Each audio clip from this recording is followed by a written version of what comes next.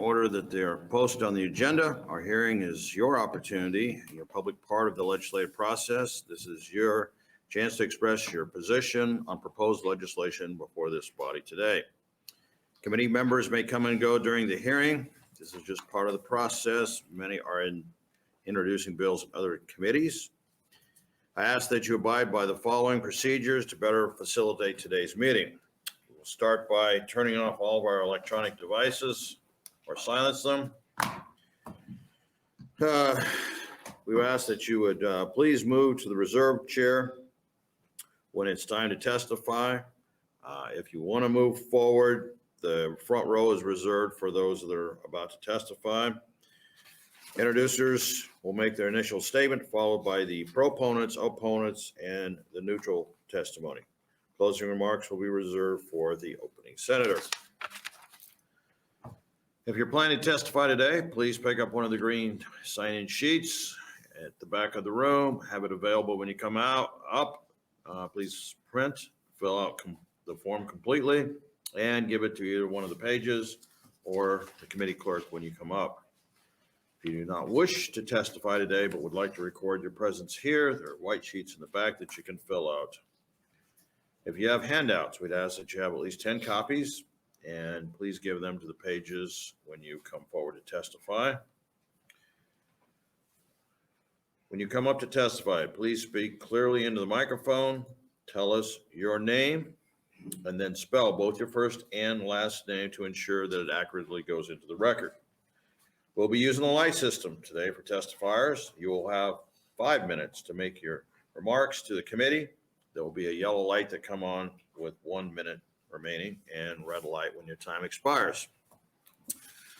Ask that there be no displays of support or opposition to bills, vocal or otherwise. We will start by introducing our committee members, starting on my right with Senator Blood.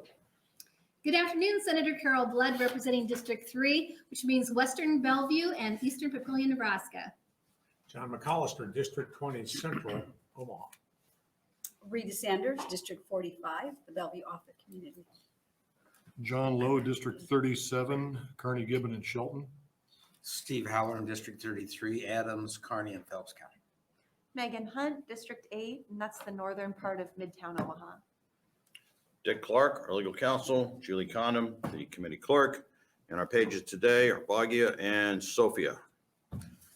All right, with that, we will start by our first appointment, actually our only appointment here today, and we'll just ask Ann to come up. Thank you.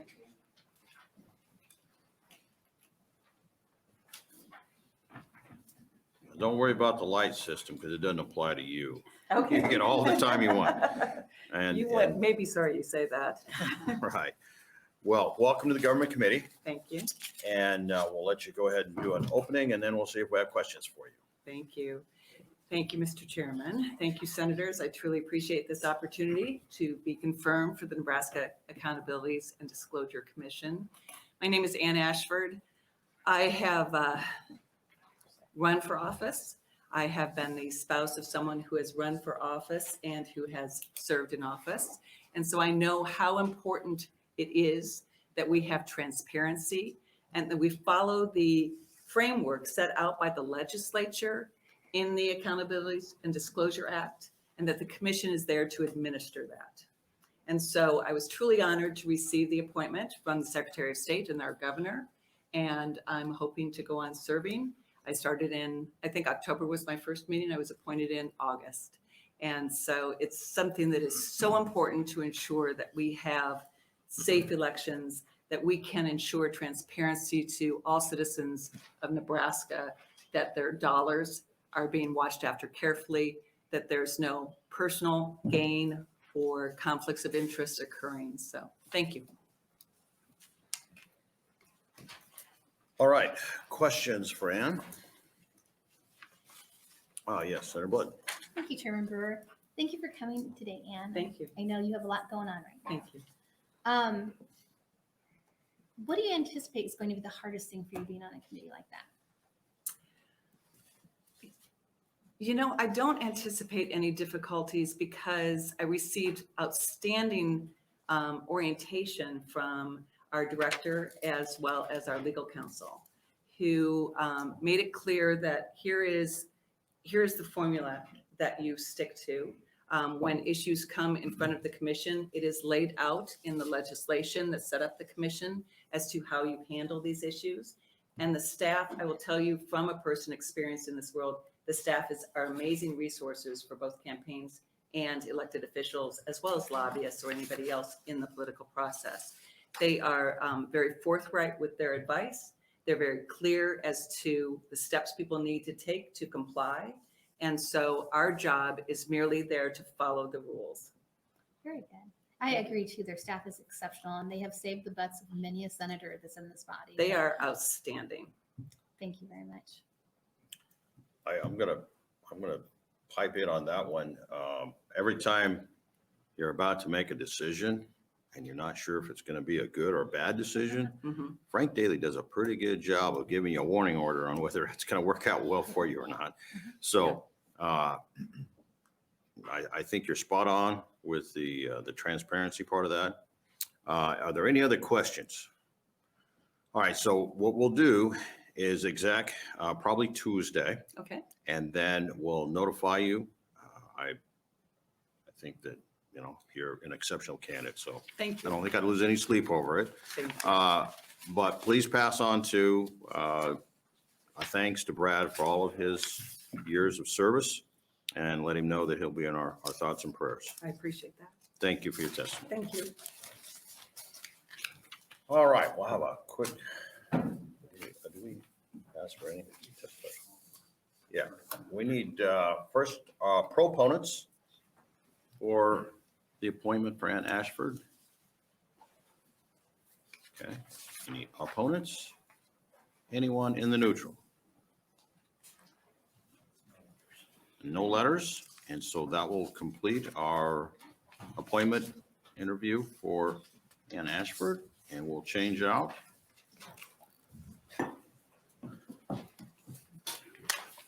And Senator McAllister, I was serious about this being John McAllister Day. This is It literally is indeed. your day. Welcome to your committee, and you may begin whenever you're ready, John.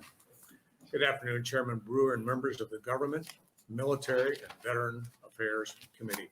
I am John, John McAllister, McColllister, and I represent the 20th Legislative District in Omaha.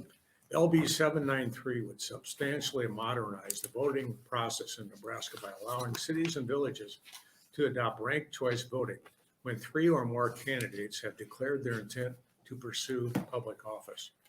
Ranked choice voting is a process that will increase voter satisfaction, efficiency, and fairness in future elections. In our current election system, a voter may feel there is more than one candidate who would represent them well, but that voter is required to choose the single best option. In a ranked choice voting system, the voter is allowed to rank their candidates in order of preference. In ranked choice voting races where the voters select one winner, if a candidate receives more than half of the first choices, that candidate wins, just like any other election. However, if there's no majority winner after counting the first choices, the race is then decided by an instant runoff. The candidate with the fewest first place votes is eliminated, and voters who pick that candidate as number one will have their votes count for their next choice. In this process continues until there is a majority winner where a candidate won with more than half of the votes. Ranked choice votes, as outlined in LB 793, provide some key benefits as follows. Majority support. Many times low voter turnout is due to a lack of confidence with the candidates offered. Many voters believe that their vote does not count, and some areas that have implemented RCV have seen a slight increase in voter turnout.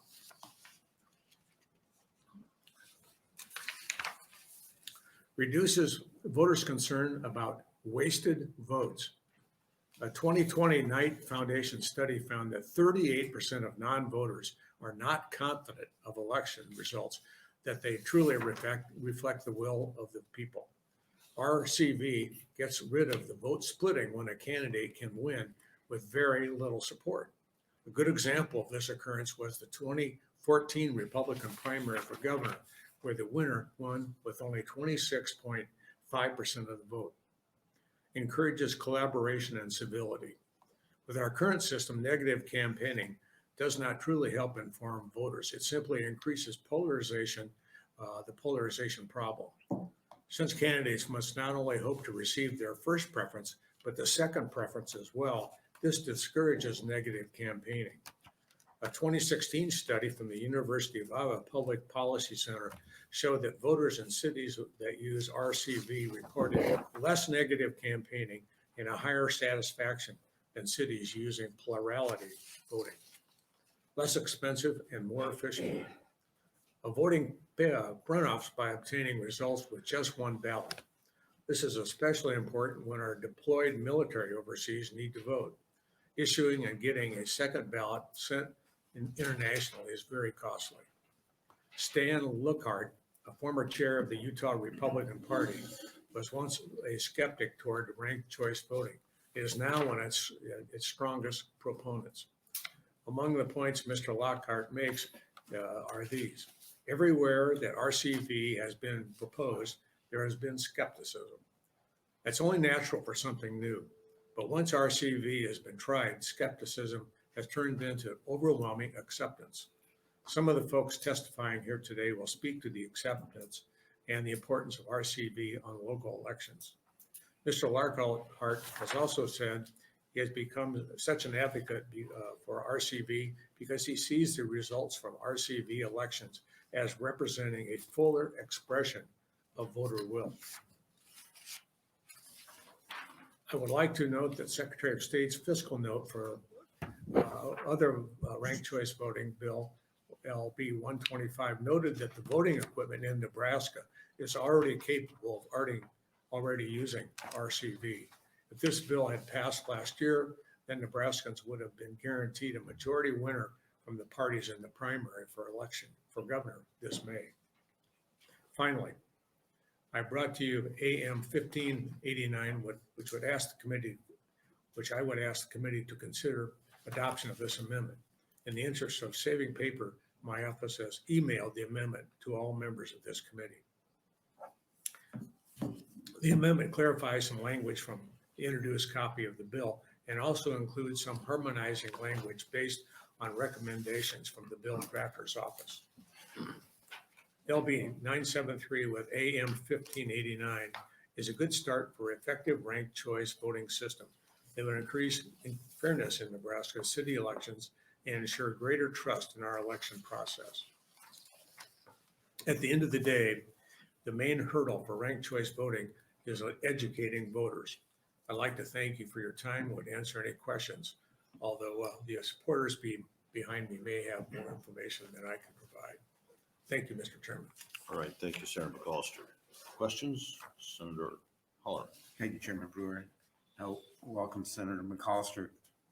So in your testimony, you mentioned something to the fact that some voters feel at times that they have wasted their vote. How would you define a wasted vote? When I suppose the candidate, the single candidate running or the two candidates running don't really represent your views. So they would consider that wasting a vote. When you have more candidates from different positions, you have a greater choice. So. Okay. I've never felt like I wasted my vote, so I was just curious how you would define that. I've felt that on occasion, but so. Okay, thank you. I'm going to shoot a quick one at you. If you look nationwide now, how many other states have used this? Is it caught on and is common, or is it kind of taken hold? It's coming on slowly. In New York City, they use ranked choice voting in the Democrat primary. And Is that for the city or for the state? city. City, okay. city. And there've been other states that have tried it too. I think there are some locations in Maine and Alaska, I think, that have used ranked choice voting. So it's becoming more popular. I think there are some countries that have adopted this system as well. And then when you were talking about the AM 1589, that's just clarifying some things in the actual main bill. Yes, and that result of the bill drafters want us to do some clarification. Very good. All right, more questions for Senator Foster? Senator Hunt? I wanted to mention, I think that in 2017, Maine implemented statewide ranked choice voting. Is Now that that you your- say that, Senator Hunt, I think you're correct. So I did I did one of those like trainings that sometimes we get to do as senators with other colleagues from around the country and meeting different people. And I had a lot of colleagues in the training from Maine. There were like 3 folks, and all of them were very right-wing conservative. And so they and I had differences on a lot of things, but I was, we made great friends, and I was most struck that they loved ranked choice voting. And so I wanted to make that comment thank you very in much. respect to your testimony. Thank you. All right, other questions? All right, well, I'm assuming you're gonna stick around for close. Yes, indeed. That's the next choice too. All right, we'll start with proponents to LB 793. Come on up.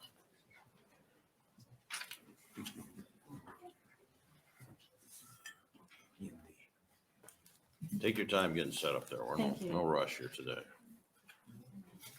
You're not. Well, I just don't want to rush her. She's got handouts.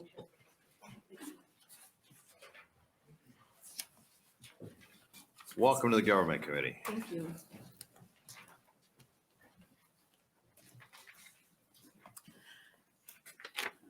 My name is Cindy Maxwell Ostick. That's CINDYMAXWELL-OSTDIEK.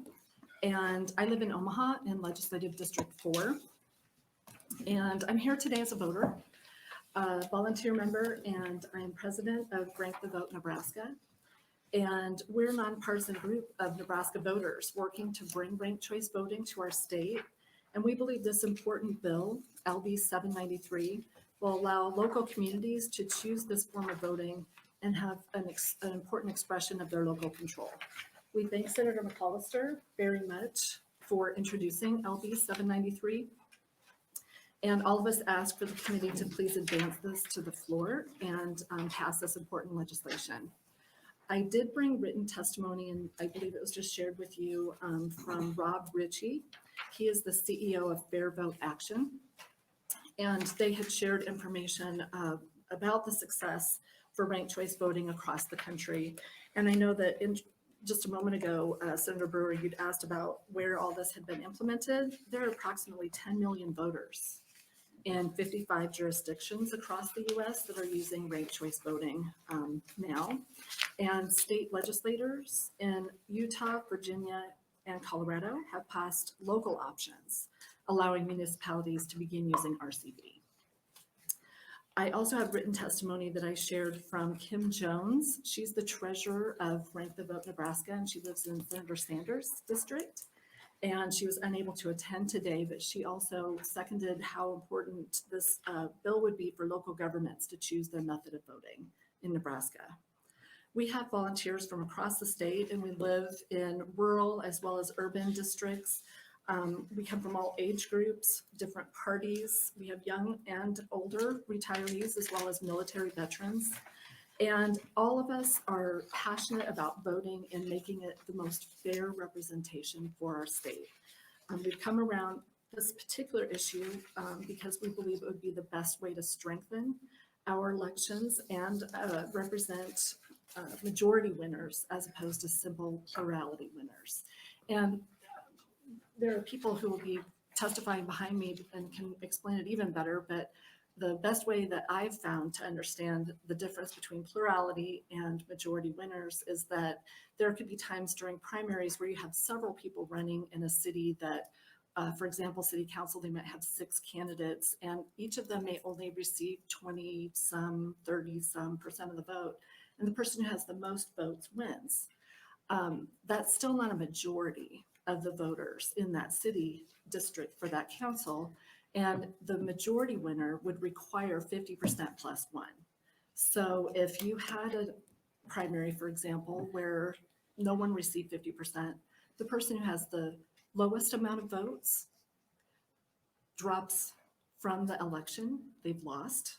and the people who voted for that person first, their second choice comes into play. And you keep going through this process until you get to 50% plus one. And having the winner required to achieve at least a majority of support is something that will hopefully result in better laws and better representation for everybody in those districts. We have visited with voting advocates from other states about how they've implemented this. And I know that there are concerns about fiscal notes and education and, voter familiarity. And that is something that there are a lot of organizations that would be willing and available to help and support with implementation as well. No matter what our political party, it benefits Nebraskans to have stronger candidates to choose from. And this is especially true when you expect broad and bipartisan support for the resulting laws that are implemented. Ensuring winning candidates have the support of 50% plus one of the electorate will create that form of government for us. And we ask you to advance 793 to the floor and then please pass it at your earliest convenience. All right. Thank you for your Running out testimony. of time. Well, no, you're still good. You're still got the yellow light, so you're fine. All right, questions? Well, I wanted to thank you. You have been more than willing to come in and share information, not just on this, but other bills. I know it takes time from your daily routine, but on the previous bill, you personally helped me understand it much better. You brought information in that I was not aware of when I was working the legislation. So thank you for what you do. I know it's kind of a thankless job, but we'll do what we can to make sure that you're appreciated. Oh, we do. We're more than happy to come and talk with any of you. I have charts. I didn't realize it was against the rules to bring posters. So I have information that I'd be happy to share if you have more questions. Well, I appreciate that you didn't make me tell you that you can't use charts, so. All right, well, thank you for your testimony. Thank you. Okay, we are still on proponents to LB 793.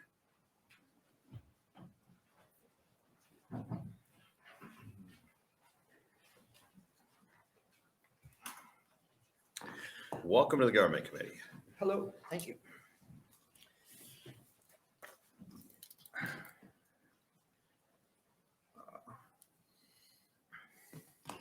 Oops. So, hi, good afternoon. My name is Charles Ostick, Charles Ostdiek. And I am here as one of the founding members and one of the current co-chairs of the Nebraska Green Party. And I'm speaking on their behalf today. I support LB 793 and want to thank Senator McCollister for introducing this bill and the bill last term also. Incidentally, also, I was a two-term national co-chair for the Green Party of the United States. The Green Party has been in favor of ranked choice voting since before its founding 21 years ago. And it has been a part of every election campaign that they have run in basically every state and all of the campaigns that we've run in Nebraska.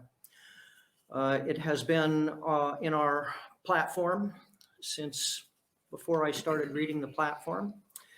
The platform can be found at gp.org. It is, the section on ranked choice voting is in the first section of the first section. It's that important. The section is called Democracy and the subsection is called Electoral Reform. And I'd like to simply read that. Section B, enact ranked choice voting for chief executive offices like mayor, governor, and president, and other single seat elections. Under ranked choice voting, voters can rank candidates in their order of preference, 1, 2, 3, etc. Ranked choice voting ensures that the eventual winner has majority support and allows voters to express their preferences, knowing that supporting their favorite candidate will not inadvertently help their least favored candidate. Ranked choice voting thus frees voters from being forced to choose between the lesser of two evils and saves money by eliminating unnecessary runoff elections. It's a short plank. The section goes on, has a lot of other parts towards electoral reform, but that's basically the short and long of what it says about ranked choice voting. So far it has been enacted in Maine and Alaska, and to my knowledge, over 20 municipalities or places in Utah. And according to what I've heard from contacts that I have in these various places, it's working very well for them. And it seems relatively simple and straightforward. Doesn't seem like such a chore to enact. And so I think that we should be doing that here also. I'm somewhat fiscally conservative also. I'd like to save money on runoff elections whenever possible. And this seems like a good way to do it. I don't have a whole lot else to add at this point. I'm not an extremely knowledgeable scholar on this, but I've been aware of it and I've been working on it for a long time. So that's all I have to say. All right. Thank you, Charles. Let's see if we have questions for you. You helped us to add Alaska. We had Maine now, so we've got Alaska. So we're kind of bracketing everything to figure out who all's tracking with it. And then I think in your testimony, you mentioned 25 city. It's over 20. I don't know the exact number. And when you say that, there's probably a break off, because when you say cities, it's like New York. It's the bigger cities that are doing it, I'm assuming. I think so. Yeah. Okay. One more time around, see if we have any questions. All right. Well, thank you for your testimony. Thank you. You bet. All right. We're still on proponents to 793.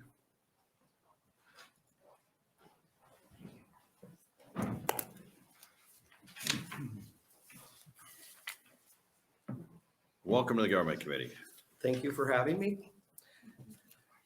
My name is Wesley Dodge, W-E-S-L-A-Y, Dodge, D-O-D-G-E. I am a proponent of 793. I'm also associated with, I'm the vice president of Rank the Vote Nebraska. I'm associated with Common Cause Nebraska, Represent Us, and also Nonpartisan Nebraska. Our democracy isn't frozen in time as intended. It's growing and it's evolving every day. Democracy should serve the many, not the few. And we honor the most noble parts of our past by constantly trying to make our democracy better. You're part of that, we're part of that, and we think ranked choice voting is part of that. A democracy works from the point of view that we are governed by those who received majority electoral support of those who they represent. And I ask, is that what we have? Has everyone that represents us now received over 50% of the vote plus one from their voting constituents in both the primaries and the general election? It was mentioned earlier about the gubernatorial primary earlier. I actually looked at the number of people that vote. And when you look at it that way, potentially like 10% of our voting population picked a gubernatorial candidate that eventually became our governor. And in a way, you can look down to the roots and think, is that really as much of a democracy as we want? When I've testified on this topic in the past, we had one state that had adopted ranked choice voting and 20 some jurisdictions, which are cities and counties, which were using this method. That was the last legislative session. Since then, we now have the two states, Alaska and Maine, that have adopted ranked choice voting in nearly 60 jurisdictions. I think the number as of today is like 54, 55. Senator Brewer, you were asking about that from a prior testifier. And it was also mentioned, somebody said, was it larger cities? And I'm off text here a little bit, but was it larger cities? And the answer to that is no. Utah has a range from small cities all the way up to its largest cities. I think, not to be dismissive towards Utah, but there's probably 2 or 3 large cities, and they've got in the 20s for the number of cities that are using ranked choice voting. And the people there, I think it's going to come from other testimony, the people there are happy with that system there. There's really almost no negative commentary on it. And then I have in here, you know, Senator Hunt, you addressed this when you said people are happy in Maine. There's really no negative commentary about it from Maine, nor those cities. If it can work in Maine and Alaska and Utah, why can't it work here? And it is all over the country as well. It's in Minnesota, it's in California, it's I believe it's in Massachusetts, in Colorado. It's kind of sweeping and growing from the ground up, and I'd like us to be part of that. I've had conversations with some city council members that I happen to work with. I'm a lawyer in Omaha, and I run into them here and there. When I do broach this topic with them, they seem positive about it. Senator Lowe, I'm actually reaching back to you when I testified on 125 before, and you commented to me that it was, you know, how can we make sure people can handle this? It'll be something they understand and they can do. I've got a reference here that we've got a great educational system here in Nebraska. We have bright people. I think they'll be able to figure it out.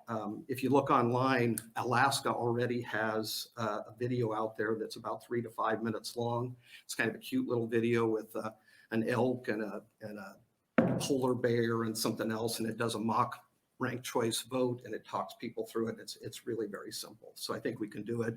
I've made references that this opens a door for people in Kearney and Hastings and Bellevue and Omaha and you know, Alliance and everywhere across the state to have autonomy and say, this is what we're going to do. This is what we'd like to do. You're giving them more democracy. You're giving them a chance to be self-determining and say, we would like to do this. So I would say, you know, this committee, I think you have a choice to push us closer to a better democracy, a democracy that reaches down to what the concept of democracy is, that we all have a voice. And if you can push this through committee, if I'd like to see 125 make it too, but if you want to see if people want to bite of the apple and see if this is something they could really adopt, this would be a way to do it. All right, thank you for your testimony. Let's see if we have questions. Questions for Wesley. All right, saying none. Thank you for your testimony. All right, thank you.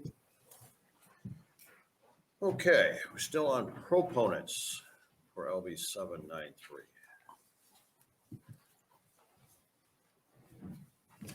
Welcome to the Government Committee. Thank you. Hello, my name is Thomas Blanton. That's ThomasBlanton. I'm here today to voice my support for this bill. I've struggled to figure out exactly what to say today, but when I looked at the transcripts for a previous hearing on ranked choice voting, the comments made by Lancaster County Election Commissioner stood out most to me. First, the commissioner raised concerns about the cost of implementing a ranked choice voting system. Yes, this would cost money, but anything worth doing will cost something, and I asked the committee to consider all the benefits being discussed today and weigh those benefits against the cost. If the cost is truly a pressing issue for a committee member, I would like to point out any cost issue would be decided by the local municipality in elections to adopt ranked choice voting. This would not be a cost for the state. Further, adopting ranked choice voting makes the need for primaries in local municipalities unnecessary, which would have huge cost savings. Primary elections cost as much as runoff elections, so that is a significant savings. You could also spare voters for the need of numerous elections. As we all know, that voter fatigue is a very real thing. Another concern the election commissioner raised was the burden placed on election commissions. This concern has been raised many times before, notably by Utah election commissions. At Rank the Vote Nebraska, we listened to Stan Lockhart from Utah detail how Utah election officials who once opposed ranked choice voting, based on similar concerns, ended up dropping their opposition to ranked choice voting after ranked choice voting was implemented. Finally, I've heard concerns that voters might not like ranked choice voting or they might find it too complicated. We're actually seeing the opposite of this, where ranked choice voting is practiced. Positive voter satisfaction has been common across the country. Ranked choice voting in Utah was first done in 2 small cities, then 21 more, then 23 more. 80% of Utahns that used ranked choice voting like it and want it expanded. Additionally, here are some highlights from exit survey results from last year's first-time use of ranked choice voting in the New York City mayoral primary election, the largest ranked choice voting election in United States history. New York City saw a 24% increase in voter turnout from the 2017 election. 95% of surveyed New York City voters found ranked choice voting to be easy. 77% said they preferred to use ranked choice voting in future elections, and 80% ranked at least 2 candidates. Lastly, if voters in Utah, Maine, Alaska, Minnesota, and New York can understand and like ranked choice voting, so can Nebraskans. There was a question of an example of wasted votes earlier, and I'd just like to give a good example. In 2019, Lincoln had municipal elections. In the general election, there were 6 candidates. 3 of them were registered Republican candidates, 3 of them were registered Democratic candidates. And in the end, the 3 Democrats won, even though 45% of the votes were cast for the Republican candidates. So those Republican voters got no representatives out of that election. The Democrats, who had 55% of the voters, they got 3. And I think the argument could be made that Republican voters are being misrepresented in that election result, and they should have at least gotten 1 candidate on city council. Thank you for your time and patience today. I can answer any questions if you have any. Well, thank you, Thomas. First off, you did a great job. Thanks. So thanks for coming in, and it's easier if you've got material that's quick and easy to read. For the So record, my wife put those together, so credit to her. Yeah. You've got a good wife then. Let's see if we got some questions for you real quick. Right on the table. A couple of the charts in here, I think help clear up some of the questions on how things work. So again, thank you for the materials and thank you for your testimony. Thank you for your time. Okay, still on proponents.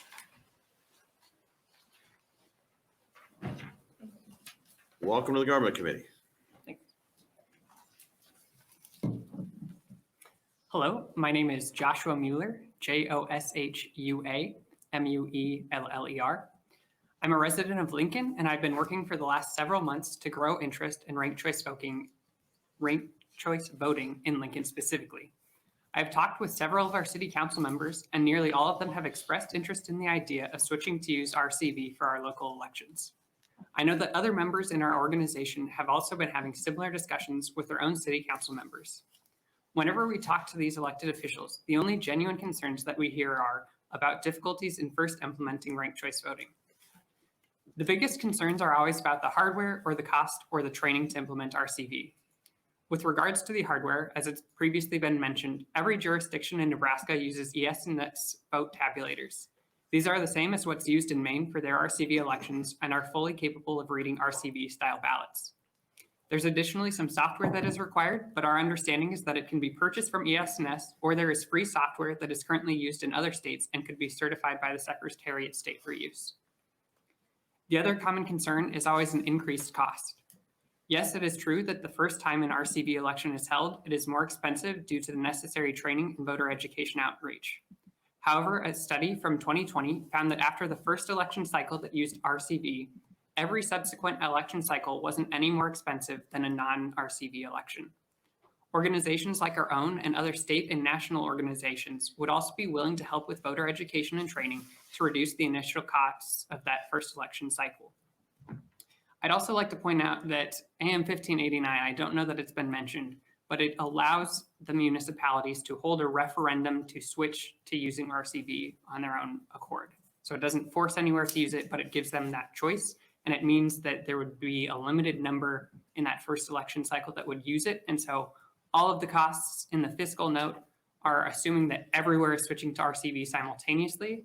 Whereas if you adopt AM 1589, that number goes down because presumably not every city is going to adopt it given the choice. And so that fiscal note claims that there's a need for 1 full-time employee and new hardware and software for every county. I'd like to point out that there are only 93 counties in Nebraska that have election commissioners that might need training by a state employee, and nearly any computer should be capable of running the needed software. The estimate in the fiscal note seems to be the most expensive possible, in my opinion, and doesn't reflect the amendment, which would make it optional. Additionally, there's always some voter outreach that's part of that expense.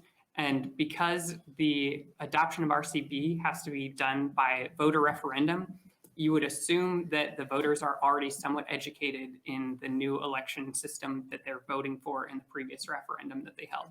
And so that cost would also be minimized. Lastly, there's always claims of RCV being more difficult or complicated or hard to implement, but we know from numerous other municipalities that these claims are unfounded. Our organization talked with the executive director of Fair Vote Minnesota, and they shared with us that when they first implemented RCV, they had a few hiccups the first election cycle or two. However, they were able to learn from those, and every other municipality that implemented RCV managed to avoid those problems. The people in charge of Nebraska elections are smart people and can learn from those in Colorado or Minnesota or Utah and shouldn't have any difficulty implementing RCV. The free software that I previously mentioned is easy enough to figure out that I was able to retabulate the Portland mayoral election after having used it for less than half an hour. The only legitimate concern, in my opinion, is the initial one-time cost to switch to RCV. However, it's a small cost to pay to switch to an election system that has all the benefits that the others here have previously mentioned. Additionally, this bill allows for the elimination of municipal primary elections, which could have huge cost savings. This would end up saving taxpayers, the candidates themselves, and the candidates' donors money. So not only would we have an improved election system, but it would save everyone time and money. If you have any questions about the points that I brought up, I'd be happy to answer them. All right, thank you for that testimony. We'll run through and see if we got questions for you. Well, I've got one.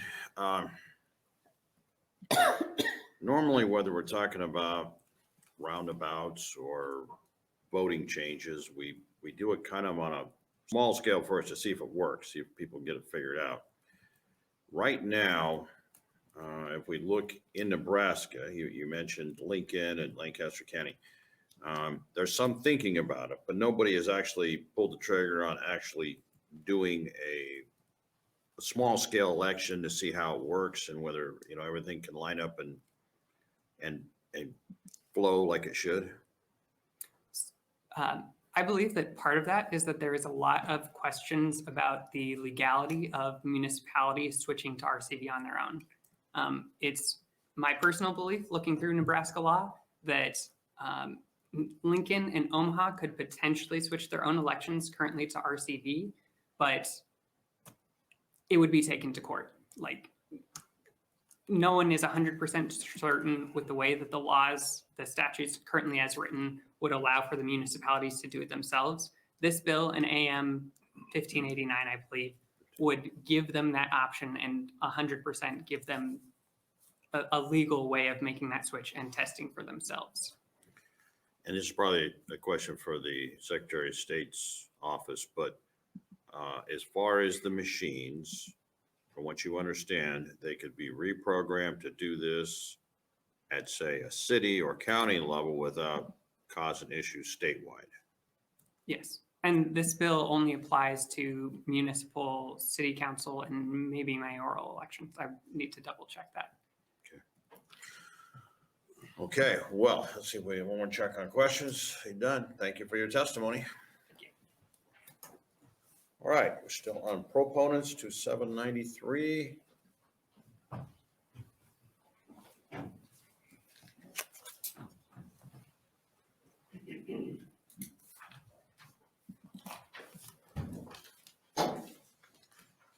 Let's see if we get counted out here. Yeah, no rush. Let me know.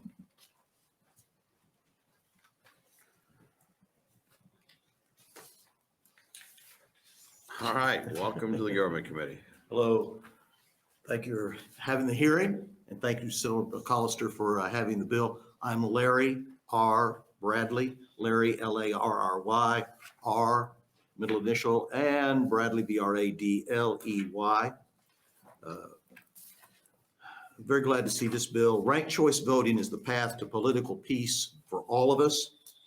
That's because using RCV allows all points of view to be fairly expressed rather than being repressed due to the dynamics of the spoiler scenario and the fear voters have of wasting their vote. The antiquated ballot we use now enables that spoiler scenario and the fear. When we go to ranked choice voting, we're going to have peace because when the election is over, the majority of voters are going to be able to say one of two things. So-and-so who won was my first choice and I'm glad they won. Or so-and-so was not my first choice, but they were one of my choices and I'm glad they won. The methodology of bringing the peace is that we have majority winners. Now, I have in my written testimony a detailed analysis of how that process works and uses the example of the chart here I used with you for LB 125 that talks about the process. The main point that I want to bring up in sharing that testimony with you is that in every round of voting, the majority defeats the minority. So we come through with a majority decision for all the voters, and that helps us to bring peace to it because the ones who lost are in the minority and they know they are in the minority. As far as this particular bill, I'm very much in favor of this because the bill does not mandate ranked choice voting in municipalities. This bill merely authorizes ranked choice voting in municipalities. If a municipality decides to implement RCV for its local elections, then you'll see at least three benefits. Voters will only have to turn out once to vote, not twice. Winners will be guaranteed to be majority winners, not plurality winners. No longer will someone be able to win an election with 20%, 15%, 30% of the vote. They've got to get to 50% plus one or better. And the other thing is that municipalities will save the cost of an election. And I find I have a petition drive going on right now in the city, and in approaching people to sign the petition, one of the things that most motivates them, they say, wow, you mean I only have to vote once? Yes. And that we save all this money because we don't need the runoff election? Then yes, let me sign that. Let me sign that petition. So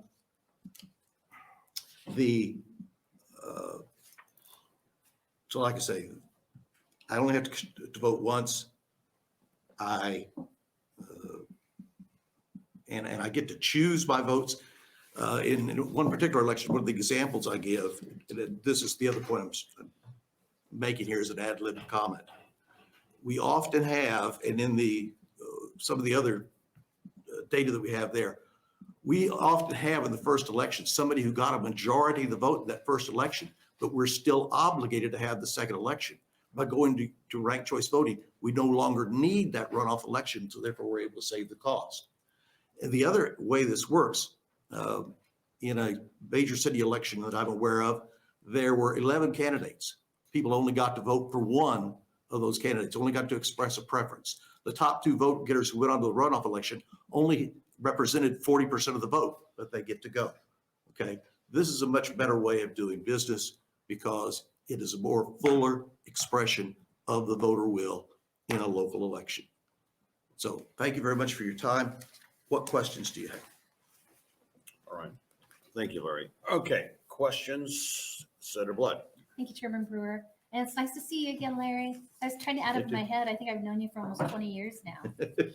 I'm starting to feel old today. Yeah. I just want to get this on the record because I'm not sure it was clear in your testimony. And you drove all the way up here from Missouri again, didn't you? Mhm. Thank you for that. So I feel obligated to ask you a question. How your books and what you've always preached and how I got to know you, and we're like-minded in this way, is that it's really not about party, it's about the people's voice. And I'm not really clear on how this magnifies the nonpartisan voice, the voice of the people and not the voice of the party. Is that going to be too hard a question to answer? Let's focus on it, what the impact in a municipality. Okay. Okay, because here very often a municipal election is a nonpartisan election to begin with. Okay, but As is the legislature. yes, but in particular this way, with the ranked choice, to refer back to what I just said. In Kansas City in 2019, you had 11 candidates for mayor. Voters only got to express a preference for one. The top two vote getters only had 40% of the vote. Okay? That's more than anybody else had. If we'd had ranked choice voting, would that have been the two who emerged? I don't know. The fact that you'll only get to express a preference for one candidate limits it that way. There might well have been another second place finisher had we had ranked choice voting. But because we have the ballot that we use now, you weren't able to get to that. Okay. Does that make sense? Yeah. Sorry, I just always had that neither a Republican or a Democrat be. Isn't that the name of that book? Yeah, I brought Did you bring Senator him a a book? copy here So today. I've read that book. It's actually liberal or conservative. That's what it is. Yeah. Yeah. Well, So- my focus is what is the action that does the greatest amount of good for the largest number of people for the longest period of time, balanced against trying to do the least possible harm to the fewest number of people for the shortest period of time, is least susceptible to unintended consequences, and is affordable given the competing priorities that we have in government every day. That's kind of what I was looking for. Thank you. Thank you. All right, Larry, well, we got you in the hot chair. Because if folks are listening in and trying to understand, this is not a concept that's easily visualized. And when you see the chart here and it has the 7 rounds, it teases the brain just a little bit more because you're trying to visualize this. So let's say in May, we're going to have a primary. Mm-hmm. And we'll just take my district. Say I've got 4 running on one side and 2 on the other, and that's going to be narrowed to 1 and 1. And then they'll move on to the fall, and then that's who will go head to head to decide who's going to be the representative for that district. How will ranked choice voting change that process on how they get to the fall? Here you're talking about a partisan election. Well, I guess, yes, it is because of the way they get divided. Right. Yeah. If we were using ranked choice voting in our partisan elections, okay, the benefit would be that whoever the nominee is for the party would be the consensus majority choice of the party to go forward and have the nomination. You don't have, because of the number of candidates, somebody getting the nomination with 35% of the vote. Okay, they have to get to 50% plus 1 or better. Okay, and so that means that you are more guaranteed for you as a voter, maybe particularly even as an independent voter, that the party has made a decision about who they are and what they represent with this candidate, and that they feel this candidate represents the point of view of the majority of the members of that party. Okay, I understand what you're saying. What I'm trying to do now is visualize this. I am in a voting booth and I'm in Scottsbluff, and I got my 4 candidates on, say, if it's a Republican, and I'm going to flip a switch on one of them, and that vote's going to go toward that individual, then it's tallied. Now, if we switch, we do it the way you're talking about, how does that change?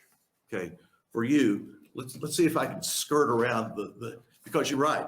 We wanted to show you, and the rules prohibited it today. So let me show you just a little thing here. I think that's okay. Well, let's do the that. camera is okay. The normal ballot you have the list of names and 1 row of ovals. Okay, with this ranked choice ballot, you're going to have 3 rows of ovals. Okay. Okay, so you mark your first choice in the left-hand column, your second choice in the middle column, and your third choice in the right-hand column. For you, it's all over. Here's my top 3 choices. I'm done. Okay, the algorithm looks a little. The algorithm is for counting the votes based on people's preferences.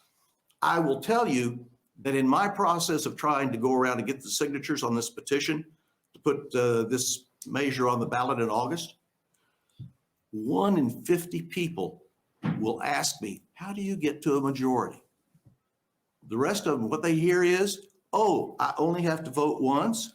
Oh, I get to vote for more than one candidate. I get to rank my top choices. Oh, we're going to save X hundreds of thousands of dollars every 4 years because we're only going to have one election. Oh, I like that. Let me sign. And when we start bringing this up to people, when a city council brings this up and passes a referendum that puts it on the ballot for a local election, that's what the voters are going to be told. You get to vote less, you get to rank your choices, and you save money. Oh, I like that. 80% are going to say that to you, I would say. Have I answered your question here with my little sketch? How do we call it? You soldier proofed it. It came clear when they drew the picture there. So I thank you Picture's for worth that. 1,000 words. All right, one other question before we turn you loose here. You're retired Army. Yes, sir. What branch were you? Army. What? Infantry. Infantry, very good. All right, well, that was the answer I needed. Thank you. Okay, thank you for your testimony. Thank you. Okay, we are still on proponents to LB 793. Proponents.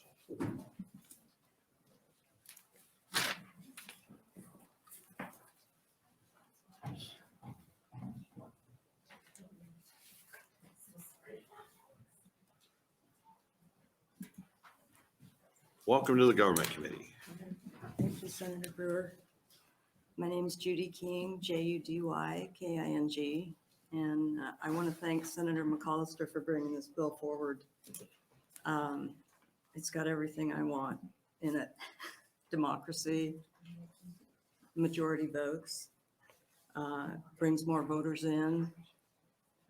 And one thing I wanted to say is I think, Cindy, there's a calculator, if you ever want to try it out, there's a calculator on a website that you can sit there and play with it so you can actually see how it works. Isn't there? Right? Yes. So if you ever want to see how it functions, you can just try it out there. I'm kind of basically here today though, because I'm getting pretty old and I worked on a lot of campaigns and I'm getting tired of the primary and then the general and what all you have to do with that. I think that there's money that could be saved. I'm conservative that way. And like that fiscal note, like he said, one of the gentlemen said here today, that fiscal note, I think is a little more than what it should be. And I think it'd be great to just try it out. If you have a question on it, try it in the city. If we can make that possible. And my big thing is just, it includes everybody, gets more people out there and gets them involved in the Republicans, Democrats, and Green Party, which, everybody, independents. It encourages civility, supposedly. So I'm just a proponent of it, and I hope that it goes through. That's all I have to say. Right. Thank you, Judy. Let's see if we got questions for you. She's already testified, but if Cindy was to give me a site I can go on to do that calculator, you could relay that to her, I would appreciate it. I will. That's how I had to figure it out because I didn't understand how the whole thing worked. So All right. Thank you for your testimony. Thank you, Senator Brewer. Okay. We are still on proponents for LB 793. Opponents would be next.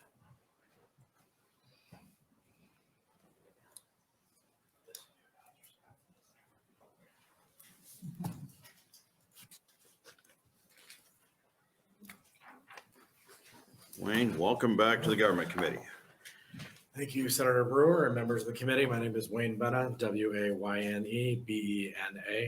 I'm here on behalf of Secretary of State Robert Ebnen in respectful opposition to LB 793. And I say respectful of all the advocacy groups that are looking at election reform. I will put folks for RVC at the top of the list of being the most polite and nice to work with. And I wish all groups would be of a similar nature.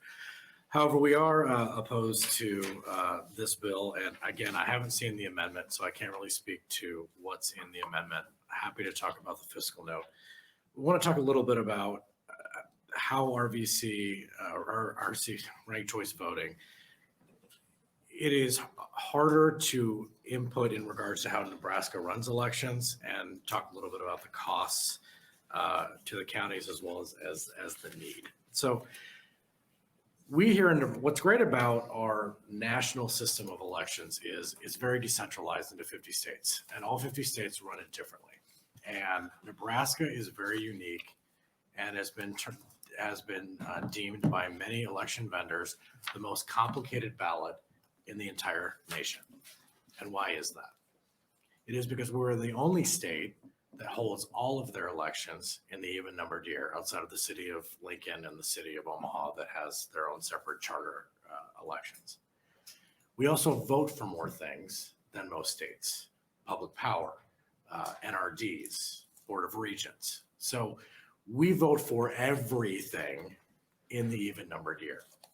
Whereas in other states where you talk about in New York, in Maine, in city of Minneapolis, they have separate elections in the odd numbered year. And, you know, I get a little bit of grief from my colleagues across the state that I don't have to do much except special elections in the even numbered year. So it is not as easy as putting this system into the way of Nebraska runs elections as easier as someone else that just has a city election at one point to do this. I passed around a sheet from the 2020 primary to talk about the need. In the primary, only 10% of all the city races in the entire state of Nebraska needed to actually have a primary. We auto advance 90% of the races to the general election.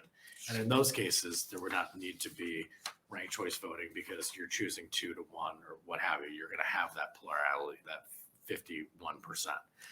So to spend the amount of money we would need to spend for what we see on this bill is specifically for city and villages, where we see the least amount of opportunities for the need for more than to even have a primary. So there's a great deal, excuse me, of costs that would go to setting this up based upon the need of how Nebraska runs elections. I don't have necessarily personally anything against ranked choice voting, but how Nebraska runs elections, a lot more would need to be changed than what's in 793 to be able to make it happen. We talked, you know, a lot was talked about the governor's race. Well, this doesn't apply to the governor's race. This is just cities and villages, which villages, it's hard enough to find one person to run, let alone to get 2 or 3. So you're going to have ranked choice voting coding in these ballots in the middle of everything else and so a voter's like, well, why do I get a multiple choice here, but not for governor? That could be confusing to the voter. Can we overcome that? Absolutely. So we do have voter education in the fiscal note, and we modeled that off of the city of Minneapolis, which is the closest that we came in regarding to do this. I will say is based upon between 120, LB 125 and 793, we did hear from our vendor ES&S that they no longer support the reporting portion of ranked choice voting. So we're going to need to do something different and in buying an additional air gap computer for security reasons for every county that goes about doing this. And I'll talk a little bit about the fiscal note. Finally, we don't have runoffs here in Nebraska. And that's one thing that ranked choice voting does help is if you have a runoff. Some people don't like runoffs because the turnout's not as high.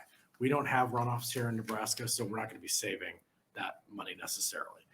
I'm going to be respectful of the light that's about to hit me. I know there's probably a lot more we want to talk about, but ultimately of how we run elections in Nebraska currently, a lot more would have to be done for ranked choice voting to actually be implemented on top. Regardless of the need, 10% in the 2020 primary would actually have to use it. And finally, there's going to be costs to the state, but a fiscal note also doesn't talk about the fiscal note for the counties they're going to have a lot larger ballot coding and printing costs and multiple pieces of paper, thus larger envelopes and more postage for sending out early ballots, the possibility in those cases in which they have elections. So thank you. See the red light, happy to answer any questions. Well, but I'll treat you the same as I would Secretary of State since you're speaking for him. Let's see, on the fiscal note, so if we look at it, we would need to consider that the counties would have an additional cost above and beyond that. So that wouldn't be the total cost, or would it? Again, with fiscal notes, we can only talk about the state costs, but the counties will have, who are responsible for the coding and printing of their ballots, will have an additional cost. And then some of that cost will then seep down to the political subdivisions that they can charge. So, we can only charge for so many races on the ballot. The rest of it, the county has to eat, but they're going to have to eat those costs. So there is going to be a county cost component to this as well. All right, thank you. All right, questions for Secretary of State's office? All right, thank you for your testimony. Okay, we are still on opponents to LB 793. Come on up.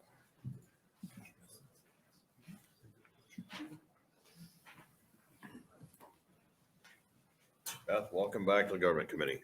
Thank you. Good afternoon, Chairman Brewer, members of the committee. For the record, my name is Beth, B-E-T-H, Bazin, B-A-Z-Y-N, Farrell, F-E-R-R-E-L-L. I'm with the Nebraska Association of County Officials. I'm testifying in opposition to LB 793. We haven't seen the amendment, so I can't speak to that. I will just echo everything that Mr. Benna said. He really laid it out much more articulately than I could about the expenses to counties, the cost for running a ranked choice election, the coding, and the potential cost from more ballot faces if it runs over, or more postage and those kinds of things. We would agree with his comments that it's Nebraska elections are run well. They're complicated, like he said, but they're run well. And we have a system that works in Nebraska. We would suggest that if this is something that you want to pursue as a committee, maybe we need to look at the whole election process in much bigger scope than rather just doing a piecemeal one kind of election for ranked choice voting. Maybe it needs to be a broader study of the overall election process. I would be happy to answer questions. All right, thank you for your testimony. You heard kind of the line of questioning I had with the Secretary of State's office.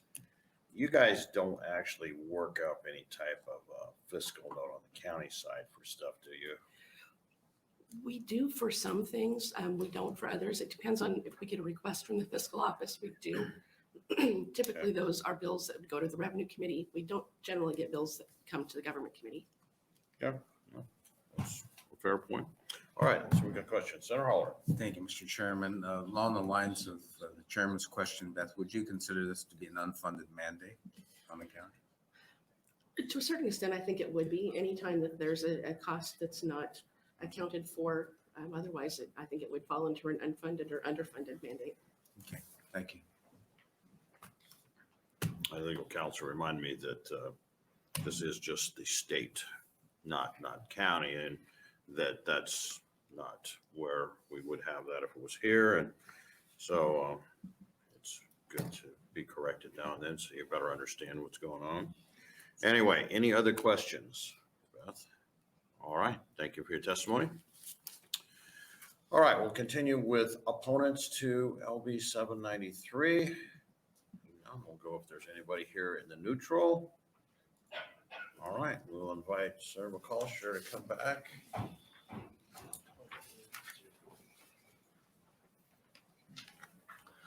John?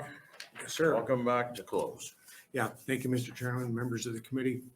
I want to thank all the folks that testified this afternoon. I think we had some great testimony and they explained the bill pretty well, perhaps better than I did. And some opposition testimony, respectful opposition testimony, and I don't get often respectful opposition testimony. So I thank Mr. Bennett for that.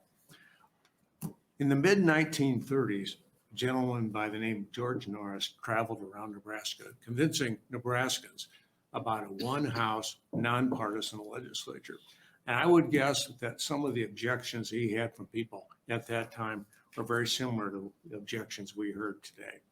But I think we know this bill would increase voter satisfaction, reduce polarization. So I think it's got some points that would do well at this time in our country's history. So with that, I'm prepared to take any questions that you may still have. All right, thank you. And I definitely understand more about it than I did before the hearing started, and that's what hearings are about, is to learn. So hats off to you there. Questions for Senator McAllister? All right. We have 12 letters in support, 3 in opposition, 0 in the neutral. And with that, we will close on LB 793 and we'll reset to open on LB 794, which happens to be Senator McAllister also. McAllister Day in the legislature. It is. It's all yours. Yes, sir. Okay, whenever you're ready, John. Thank you, sir. Good afternoon, Chairman Brewer and members of the Government, Military, and Veterans Affairs Committee. I'm John J-O-H-N, McAllister spelled M-C-C-O-L-L-I-S-T-E-R, and I represent the 20th Legislative District in Omaha. Since 1937, Nebraska has been the only state with a nonpartisan unicameral legislature. George Norris, by leading the campaign for the change, believed that political parties and lobbyists had far too much influence on legislation. He wanted to connect an individual legislator directly with constituents. The governor and state officers run with a party designation or as an independent. The auditor and treasurer provides financial oversight over state and local government. They do not make public policy, but carry out policies adopted by the legislature and administered by the governor. What has happened over the past number of years is the governor and the auditor and the treasurer are in the same party. Perhaps it's time to open the election process by putting these offices on a nonpartisan ballot. That would be the auditor and the treasurer. We are a state, unlike any, we are a state that more than any other state has followed a nonpartisan tradition. By making these offices nonpartisan, it follows this tradition and removes a matter of law partisan influence on the operation of offices that must by definition be nonpartisan in order to operate without undue influence by the governor or other partisan leaders. Thank you, Mr. Chairman. All right, thank you, Senator McAllister. Questions on LB 794 for Senator McAllister? Saying none, again, you'll stick around for close? I think I will. All right, thank you. All right, we'll start with proponents to LB 794.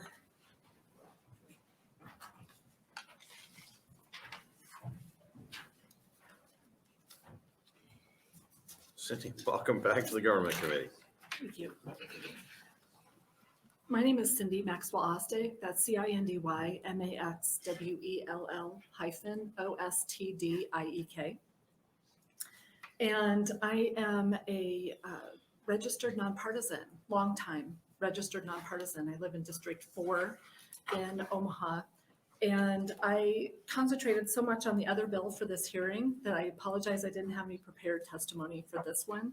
I would like to say that I would appreciate all elections to be open and nonpartisan.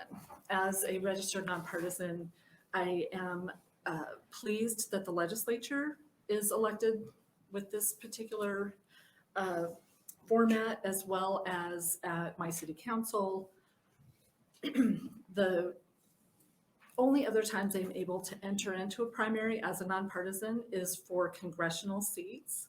That's by statute, that all nonpartisans can request a ballot regarding one of the different parties. And then the Democrats open up their presidential primaries recently as well. And so as a registered nonpartisan, I think it's important that we consider that there are 25% of us here in our state, and we want to participate in the primaries as well. And the particular, I would like it for all elections, but these particular positions are especially important that they not be partisan. That's all I have to say. Thank you very much. Thank you for your testimony. Let's see if we got questions for you. Any questions for Cindy? All right, thanks for sticking Thank you. around for round two. All right, continue on proponents. Hello, Thomas Blanton again. It's THOMASBLANTO. And I also didn't have something prepared, but it sounded like such a good idea. I thought I'd jump in and say something. I've been a Republican. I've been a Democrat. Yesterday, I became a nonpartisan again, been all over the place. And I think it's a good idea to have more nonpartisan elections. I think that, I've lived in several other states besides Nebraska, and I keep coming back.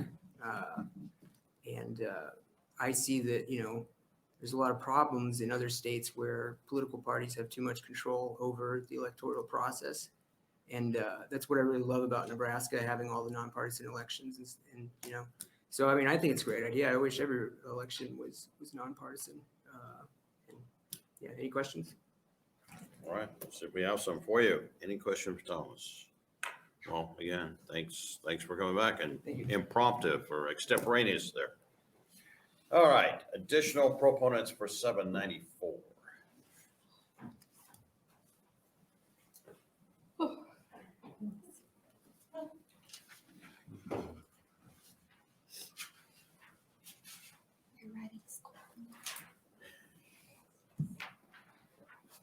All right, Judy, welcome back to the Government Committee. Again, thank you, Senator Brewer. Judy King, JUDYKING, and I just have one comment on this bill, or two. I thank you again for bringing this forward. This is important too. Doesn't the governor run the prison system? And aren't we having several problems with that right now? I guess that would be my thing, is that's been going on for several years, since '88. Several governors have not done anything about it, and so that's where we are right now. Not fond of having him in charge of anything else than what he's got right now, and that's probably more than what he should be in charge of. So that's all I have to say. All right, thank you. Oh, let's see if we got questions. All right, thanks. Still had to ask. Okay, we're still looking for proponents to 794. None. We'll go to opponents to 794. Do we have anybody here in the neutral for LB 794? All right, Senator McCollister, welcome back.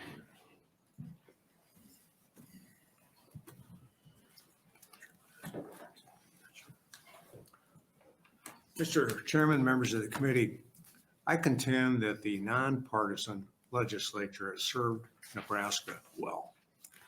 And I know that to be true from going to NCSL and CSG and talking to other legislators in other states. And when I talk about the fact that we don't have a caucus system and that we actually hear every bill that gets offered, I think we have a better system than any other state in the country. And I would also contend that if we went to a greater number of nonpartisan elections, we'd be better served with that as well. I think we would improve voter participation, and I think Nebraskans would like that system. And by adopting this bill and making the treasurer and the auditor nonpartisan, and they're truly functionaries, they don't have political positions that they take, as far as I know. So I think we would be better served if we were to make these offices nonpartisan as well as legislature. All right. Thank you. I think I am going to have to argue with you a little on the nonpartisan caucusing. If you remember right, the last week or so of the session, when they provide the ice cream machine back there, I believe that's a pretty nonpartisan caucusing that happens around that. Doesn't do anything for our waistlines, but it is a good place to discuss issues, and it's pretty nonpartisan. All right, questions? Is that a question, Mr. Chairman? Well, I think it's more of a statement that I think there may be just that small window where we have a caucus, a nonpartisan caucus, and that ice cream machine seems to be it because we kind I of should have brought some ice cream look today. for a reason to get off the floor and get together and just talk about issues other than we have on the floor. And we seem to all get along when we do that. I agree. Okay, any other questions for Senator McCollister? All right, got some letters to read into the record. We have 3 in favor, 0 opposed, and 0 in the neutral, and that will close our hearing on LB 794. And for the committee, we're looking to do a exec next